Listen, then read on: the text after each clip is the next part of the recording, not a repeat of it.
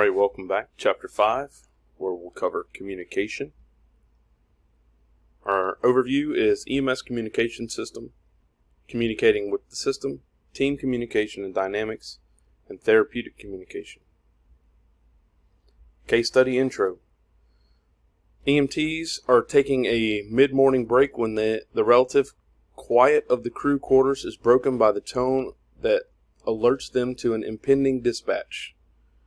Ambulance 12, Engine 14 respond to 2962 Union Street for a report of difficulty of breathing. What information do the EMTs need to relay back to dispatch? What types of equipment will the EMTs use to communicate with dispatch and the hospital? Remember, I encourage you to pause the video so that you can write these questions down and go back and answer them as we go along.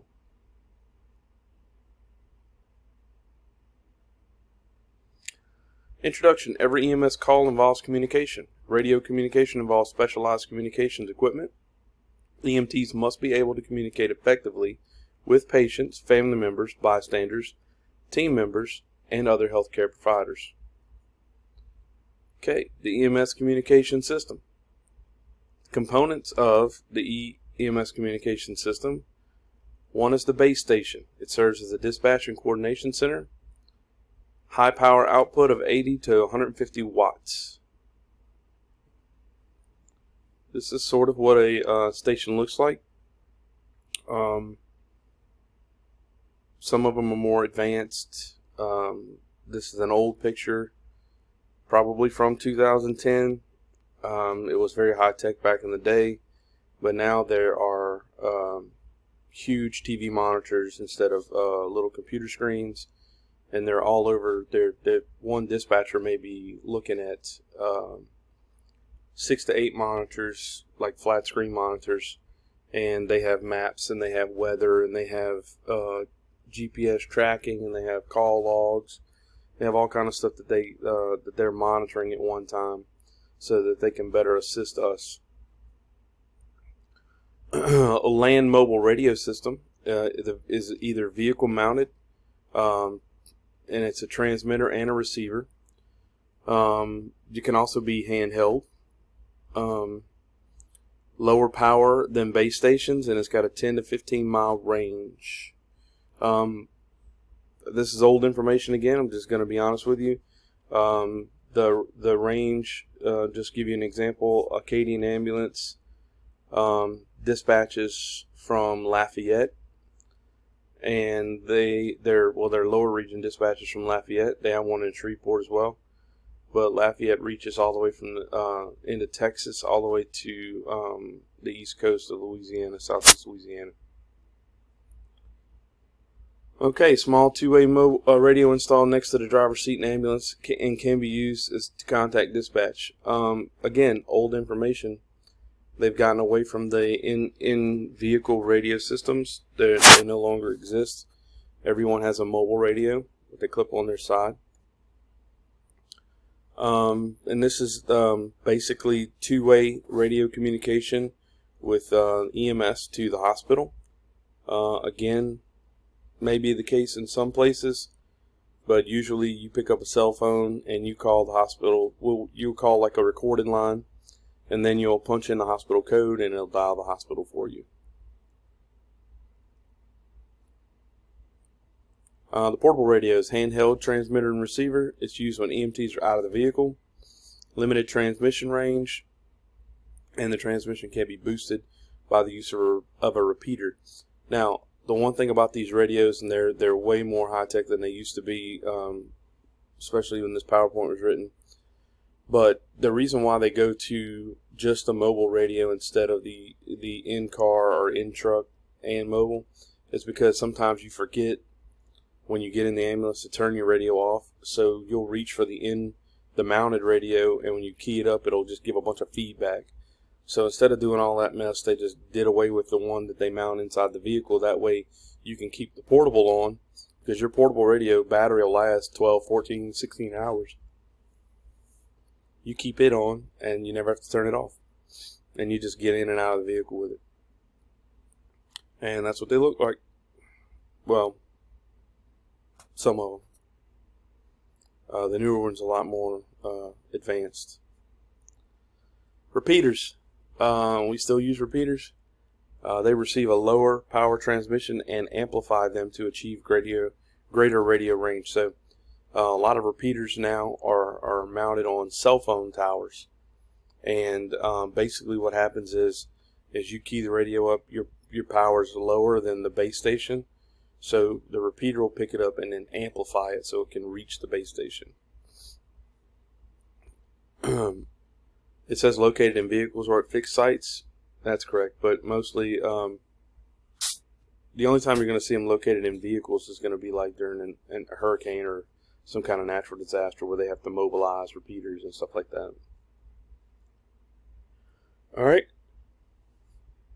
this is how it works. If you look to the left, you have your portable, you key it up, hits the repeater.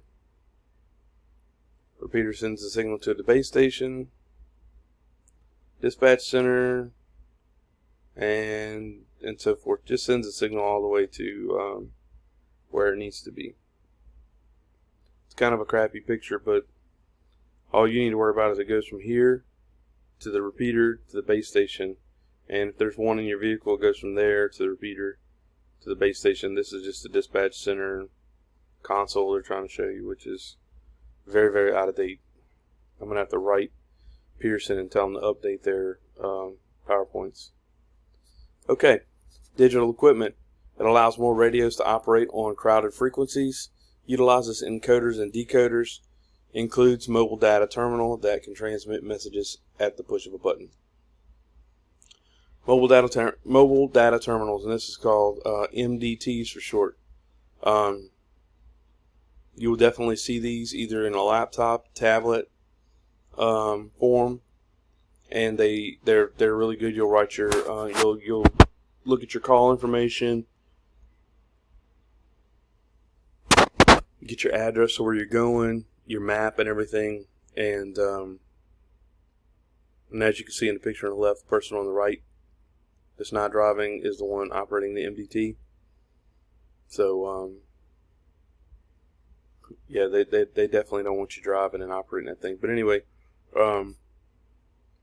that's an MDT. I'm going to tell you, honestly, the ones with a laptop or a keyboard are the best because, man, like with a mouse trackpad or something like that, because having to touch those tablets are a pain in the butt, especially if you got big fat fingers like me. All right, so the phones transmit through the air rather than over wires. Networks can become overwhelmed in disaster situations, and excellent quality and sound. In disaster situations, I'm going to tell you that they're going to free up cell phone communications. Maybe not for you, but who knows? Because that's what we operate off of most of the time now, our cell phones, and they're going to want those airways clear. And the companies like Verizon and AT&T and T-Mobile, they all work with the emergency response so that they can open up those lines. And there you have it. That guy looks like he's got an iPhone 3, one of the first ones ever. But still, all in all, we all own cell phones, and this is a good way to communicate if we had to, especially if we're on scene and we got to call our supervisor. Excuse me, or call medical direction or anything like that, and we don't want people to hear the information coming over the airways. Telemetry, transmission of patient data, EKGs, vital signs, etc. Basically,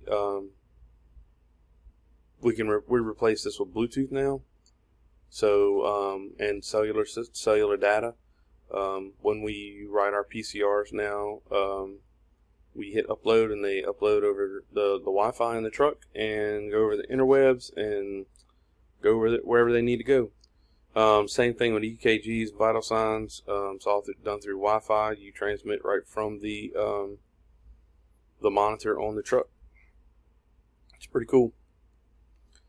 All right, land mobile satellite communication, often used in remote areas. Communication uses satellites to help relay messages. This is like if you're, decide to go work in like the mountains or some kind of desolate area. to where there are no cell phone towers every 10 miles. You might need a satellite phone or some satellite communication. Broadcast regulations, radio operations are governed by the Federal Communications Commission, or the FCC. Yep, just about everything in this country is governed by something, and it all starts with an F for federal. So just be leery of that. So everything you say over that radio communication is recorded and can come back to bite you in the butt in the future. All right, system maintenance, routine cleaning, regular maintenance schedule, changing and charging batteries, carry a backup battery. Like I said before, our system's a little bit more high-tech now. Our batteries are lasting a lot longer, but obviously keep your equipment clean.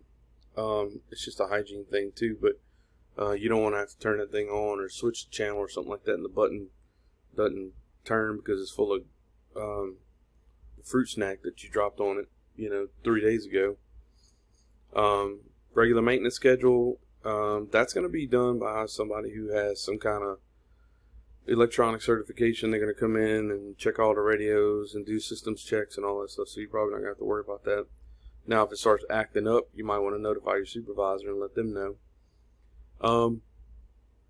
Changing and charging the batteries.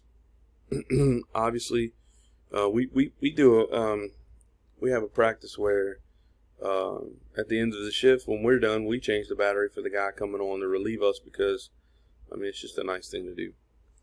Backup batteries, well, like I said, they last a while, but usually you get time to go back by the station if you need one, if you need to change it or whatever.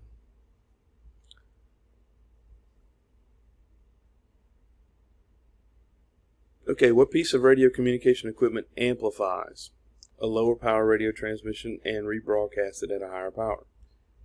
Click your answer below. I'll give you a few seconds to look at it.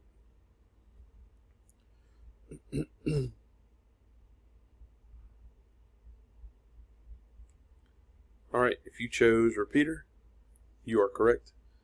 A repeater is used to amplify the lower power broadcast of a radio, such as a portable radio, and rebroadcast it at a higher power to increase the broadcast distance of the radio.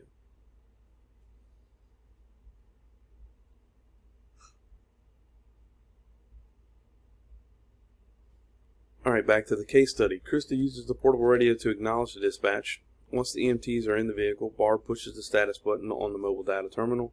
That indicates they are en route to the scene. At the scene, Barb pushes another button indicating their arrival.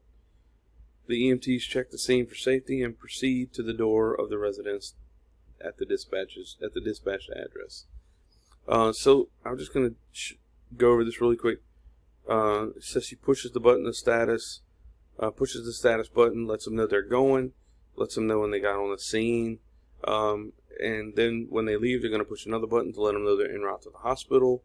Then they're going to push another button when they get to the hospital, and so that just keeps track of time, because remember we talked about your PCRs in documentation chapter, that you need to keep track of all those times, because it's very important to if somebody subpoenas your report. Okay, what further communications will need to take place between the EMTs and dispatch? What information will the EMTs need to communicate to the receiving facility by radio?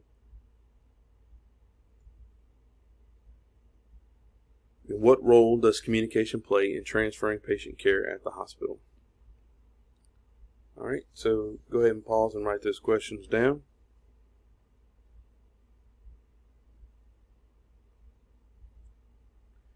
All right. Communication with the system, within the system. EMTs communicate with dispatch, medical direction, and receiving facility personnel. You can also communicate with your own people as well.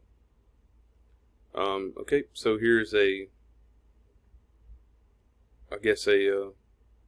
graph to show you the progression of a radio transmission.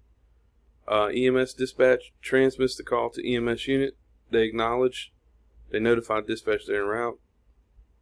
They notify other agencies if necessary. They notify dispatch that they are on scene.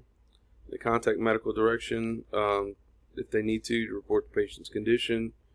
They notify dispatch that they are leaving the scene. They contact the receiving hospital to give a patient report. They notify dispatch of their arrival at the hospital. They notify dispatch that they have left the hospital, and then they notify dispatch of their arrival back at the station. You're not always going to go back to the station. They'll post you somewhere, like on a corner, at a store, at locations, depending on their locations that they already have set forth.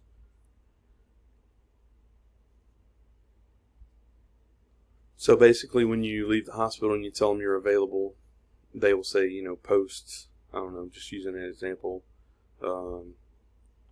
post at Oxford Medical Center, Kenner, and you'll just go sit in the parking lot until they send you somewhere else. All right, ground rules for radio communication. Turn on the radio and select the frequency. You will have to know what frequency you're on, because you don't want to be on the wrong channel talking to other people and not your own people. Listen before transmitting and adjust the volume. Press the push to talk button and wait 1 second before speaking.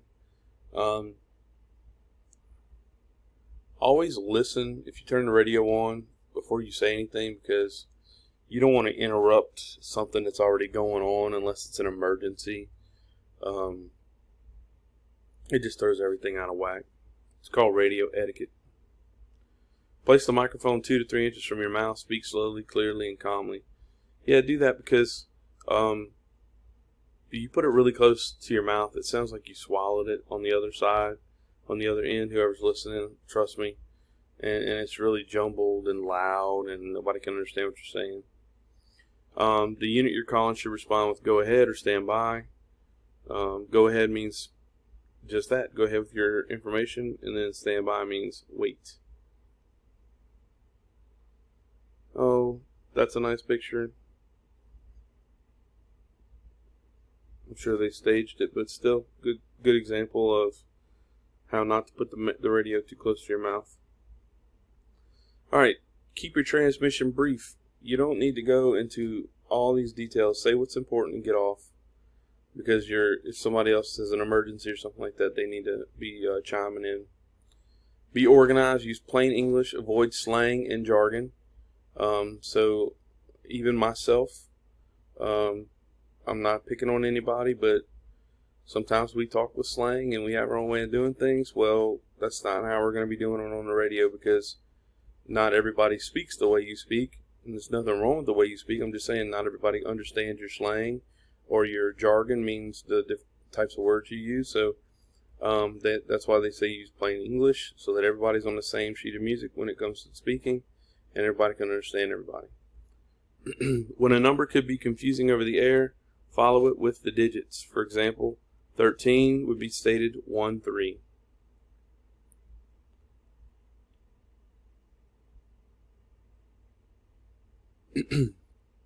Give objective information and select subjective information from the patient assessment, meaning objective meaning the facts, subjective meaning your opinions. Try to keep your opinions brief. It's not that they're not important, but when you're communicating, whether it's over portable radio or cell phone, the facts is what need to be handed out, because they are the most important at the time. Echo medical orders. So what that means is you need to repeat what the doctor or the medical direction tells you. So if you call medical direction and you're asking about using another tube of oral glucose for a hypoglycemic patient, and medical direction says you are authorized to use another tube of oral glucose, then you say copy that, or 10-4, whatever it is you understand, say 10-4, I'm going to use another tube of oral glucose. Just repeat what they tell you, so that they know you understood and you know you understood. Write down important information such as addresses and medication orders. Remember that others can hear what you're saying. Use we rather than I. Use affirmative for yes and negative for no. When finished, say over and wait for confirmation from the receiving party. Over means I'm done. It's over. My transmission is over. All right, cellular phone communication format of reports at the same is, excuse me, can't speak right now. Formats of reports is the same. So you're going to say and talk just like you would over radio. Be aware of cellular dead spots. So obviously we all have cell phones. We know when our phone doesn't work, and we know how to tell. Have a backup plan for communication, and no important telephone numbers. When you get an EMS, they're going to give you a bunch of phone numbers. Please put them in your phone as soon as you can. Communication with dispatch. Dispatch receives information from callers and directs emergency services to the scene. Emergency medical dispatchers provide instruction to the caller while awaiting EMS arrival. Dispatchers may receive information from the Advanced Automatic Collision Notification, or AACN, systems in some newer vehicle models. Information provided can be critical in locating the collision and predicting the severity of the injury. I know our MDTs, when they dispatch us somewhere, when they send that call information, it pinpoints the coordinates of that call, and then we pull it up on the map, and it tells us how far we are away and which direction to go and all that stuff. All right, typical communication points: to acknowledge that dispatch information was received, to advise dispatch when the unit is en route to a call, and then to estimate your time of arrival and report any delays. Those are your typical communication points. Also, to announce the unit's arrival on scene and, if needed, request additional resources, and announce the unit's departure from the scene, transport destination, number of patients, and estimated arrival time.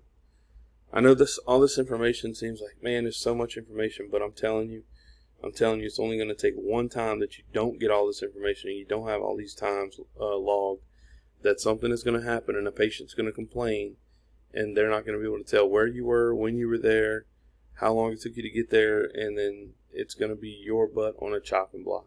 Okay? So I know it's a pain in the butt, but you need to have all this information recorded. Also, to announce the arrival at the receiving facility, to announce when you're available for another call, and to announce when you're en route back to the station or arrival at your station. Medical direction may be located at the receiving facility or elsewhere. On many calls, you will consult with medical direction. Medical direction may give orders and advice. Be clear. Echo or repeat their orders. Ask for clarification of orders if needed. If you don't understand, ask them to repeat it or clarify that. If the order seems inappropriate, ask questions. Communicate this information to medical direction: your unit's identification number and level of care, the patient's age and sex, the patient's chief complaint, and the history of present illness.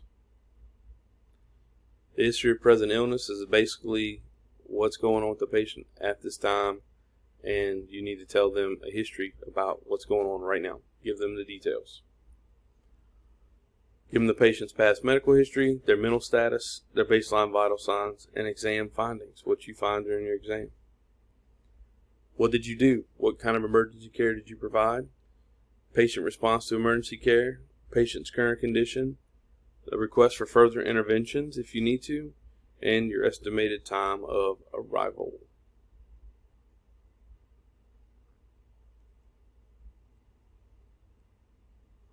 Additional guidelines for communicating with medical direction: use the S-bar to organize information, your situation, background assessment, and recommendation. The receiving facility. Pertinent information allows the facility to prepare for the patient. The information provided is similar to that provided for medical direction. Notify the facility of changes that occur after the report is given.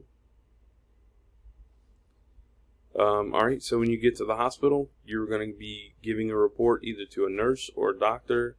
Sometimes you'll give it both. Sometimes you're on the wall. Basically, you're sitting there waiting for your patient to get a room, and you give the report to the charge nurse or a nurse that's going to be taking care of your patient. And then as you're wheeling the patient into the room and transferring from your stretcher to the bed, you turn around and the doctor's standing there going, "What's going on?" So then you have to tell him or her as well. When transferring patient care, the report should include the patient's current condition, the patient's age and gender, the patient's chief complaint, a brief history or pertinent history, and how you found the patient. Major past illnesses, vital signs, pertinent exam findings, treatment provided, patient's response to treatment. Okay. You are transporting a 30-year-old patient who is complaining of left arm pain as a result of a motor vehicle collision. Which piece of information is most relevant during your radio report to the receiving facility? Click on your answer. I'll give you a few seconds to look at it. If you chose C, then you would be correct. The patient's age and gender are always part of a good radio report. Okay, back to the case study. Krista and Barb arrive at the patient's residence just prior to the engine meaning the fire truck. Upon entering the residence, Krista approaches the patient, 32-year-old Alyssa Tandy, while Barb takes a moment to speak with Alyssa's husband, David. A few minutes into the assessment, the engine arrives and paramedic Sam Bowles enters the scene. What skills are needed to establish rapport with the patient at the scene and obtain necessary information? How should the crew interact with each other and with other responders and medical personnel to facilitate good patient care? Again, pause the video and write the questions down so you can answer them.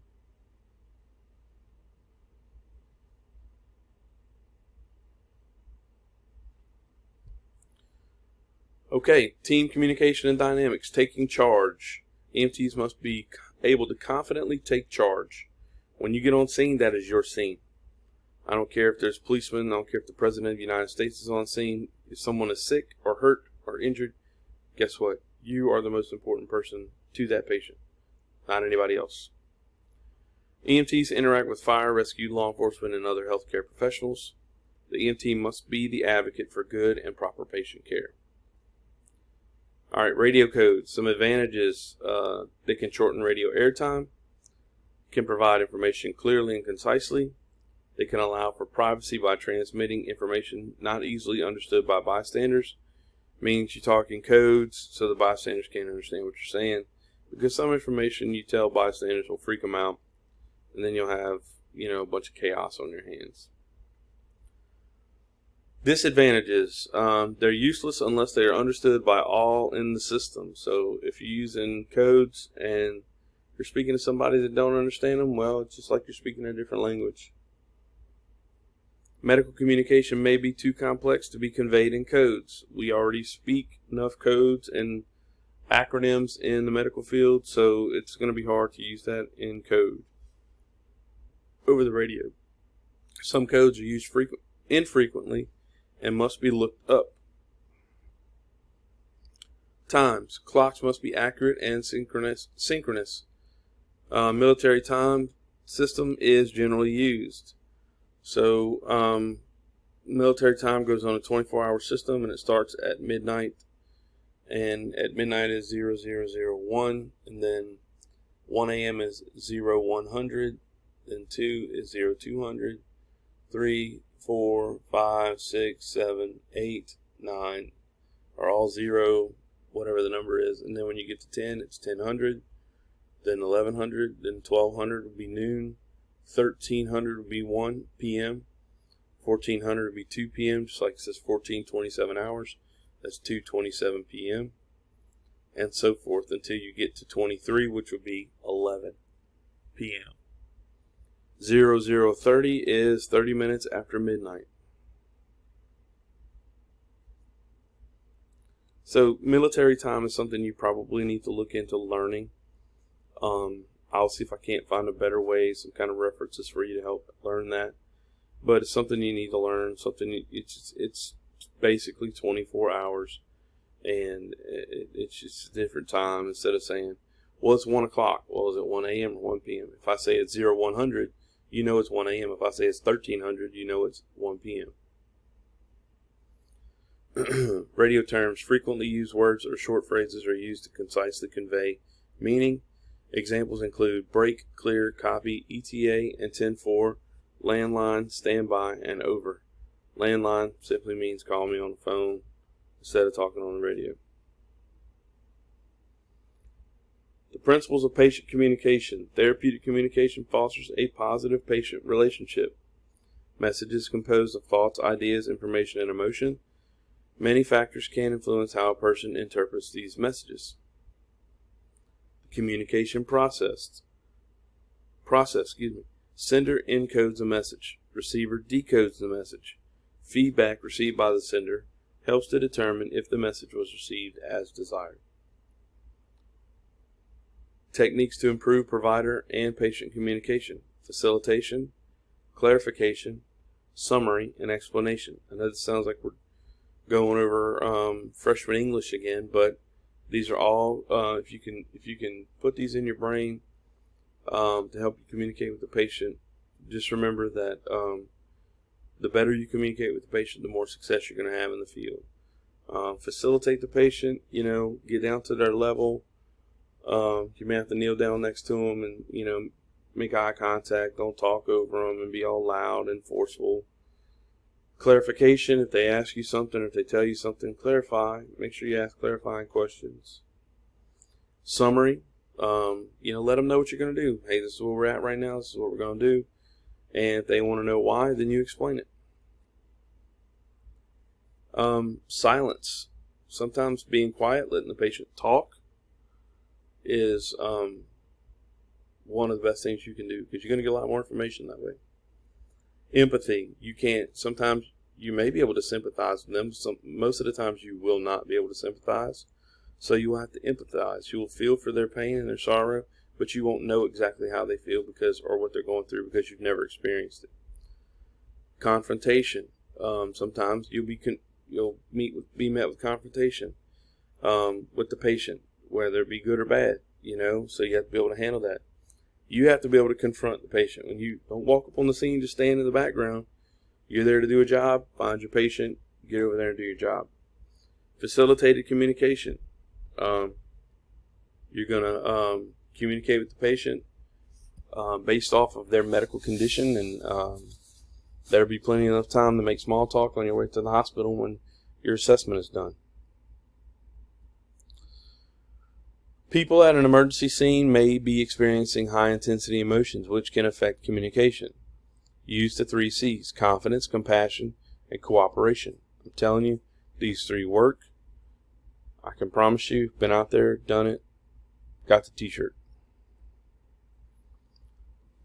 First impressions are critical and include your appearance and professionalism.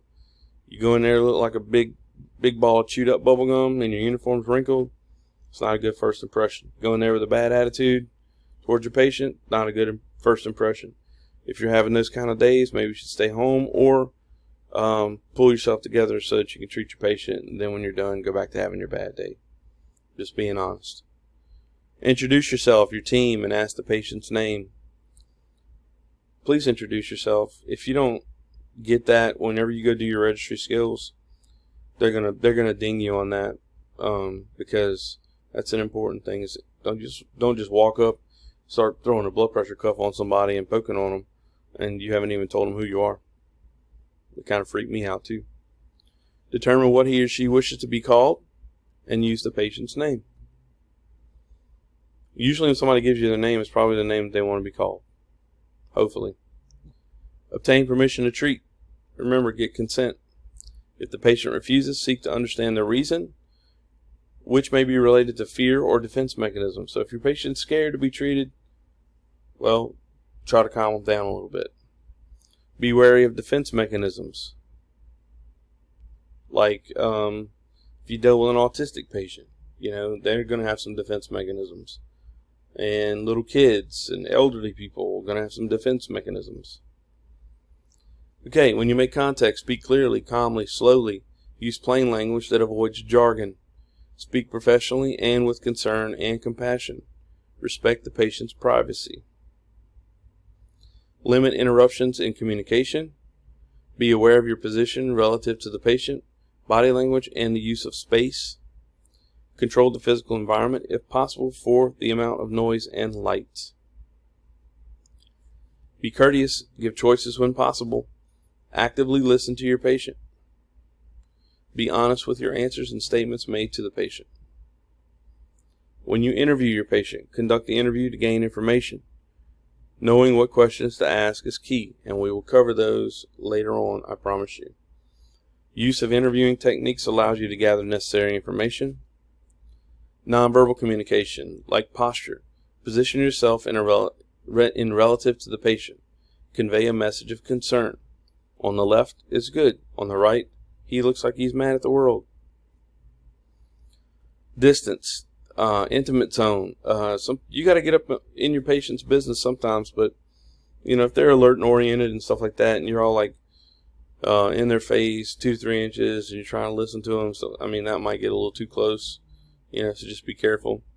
Gestures, watch your body language, stuff like that may throw off a bad sign. Eye contact, please make eye contact. And haptics. Haptics, let's see. Let me give you a good definition of haptics.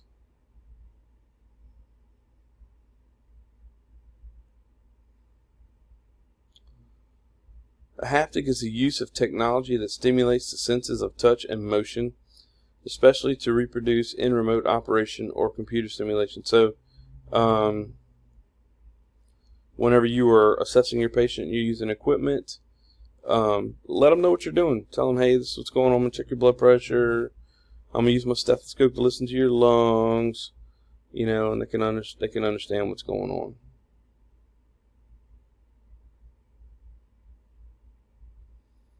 All right. Ask questions. Ask one question at a time. Give the patient time to answer. Listen to the response. Choose language the patient understands. Open-ended question. Allow the patient to give a detailed response. Answer provided detailed information. An example is, how are you feeling? Let them talk after that.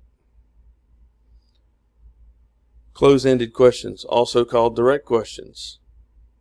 Used to get information quickly or to follow up on open-ended questions to get specifics. An example is, what medications do you take? It's a simple fact. These are the medications.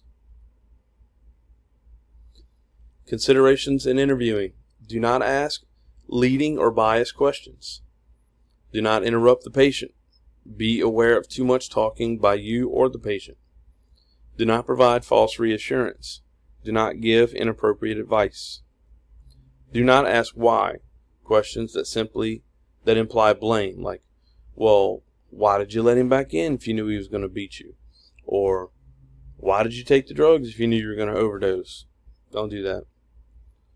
Manage the presence of and interactions of family members. Motivating the unmotivated patient. So some patients are like doom and gloom. Go in there, if it's not that bad, hey man, come on, I'm going to help you out, let's get you motivated, everything's, we're going to try to make everything okay, I'm doing everything in my power to help you, okay? Interviewing a hostile patient. Well, hostile, you need to keep your distance, and law enforcement needs to be on scene. Special circumstances, transcultural considerations. Let's just be honest, there's a lot of cultures in this country, and sometimes you're not going to understand them all. And don't pretend like you understand them, because you don't. Unless you're brought up in there, I'm just being honest with you. So you may get to a scene, and somebody from a different culture, you have, like the Muslims or things like that. I'm just using an example. They do things a certain way, Other men are not allowed to touch Muslim women. So you have to understand that kind of thing, and don't think that the patient's family or the patient's being mean. It's just customary, So swallow your pride and do your job. Elderly patients, they're very prideful. They don't think you can help them. They think they should be able to help you, and not you helping them. And then young people, especially little kids, well, don't take them away from mom and dad, because you're gonna be like getting trapped in a phone booth with a bobcat. I can promise you. Let mom and dad stay there. Let mom and dad even hold the baby or the kid, because it's gonna make them feel more comfortable and help your assessment go by a lot quicker. Cultures view space differently. Watch for feedback. If there is a language barrier, seek an interpreter. Be aware of potential filtering of information by interpreters. Elderly. Additional time may be needed when interviewing elderly patients. Do not make assumptions about hearing and vision problems, but be alert that they may exist. What they're saying is don't assume that every elderly patient can't hear or see, and you get in their face and you start, "Hey, I'm EMT so-and-so," and blah, and you're yelling at them and they're looking at you like crazy because they can hear fine. Alright, retrieve hearing aids or write questions on a pad of paper if needed. Children, use extra patience with children. Obtain the parent's assistance in communicating with the child. Position yourself at the child's eye level. Use simple, direct language, and be honest. Be honest with everybody. Don't lie. Okay, case study conclusion. Krista performs a primary assessment and begins administering oxygen to Alyssa. Barb learns from David that Alyssa seems to have the flu, which triggered an asthma attack. When paramedic Sam Bowles arrives, Krista introduces him to Alyssa. Sam crouches next to the sofa and begins his interview by asking Alyssa how she is feeling. Both Alyssa and David are much calmer now that the providers have shown that they are confident and competent, as well as compassionate and empathetic. After beginning treatment at the scene, the provider places Alyssa in the ambulance and notifies dispatch that they are en route to Brown County Hospital. Sam gives an organized radio report telling the receiving facility that they have an ETA of 15 minutes. When they arrive at the hospital, Sam gives a transfer of care report, and the crew wishes Alyssa well before notifying dispatch that they are ready for the next call. Okay, our lesson summary is EMS system communication and therapeutic communication are key EMT skills.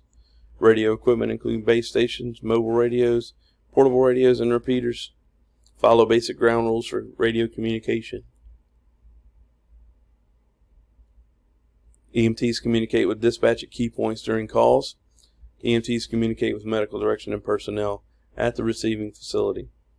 Therapeutic communication is critical to good patient care. Alright, that is it. I will see you next time.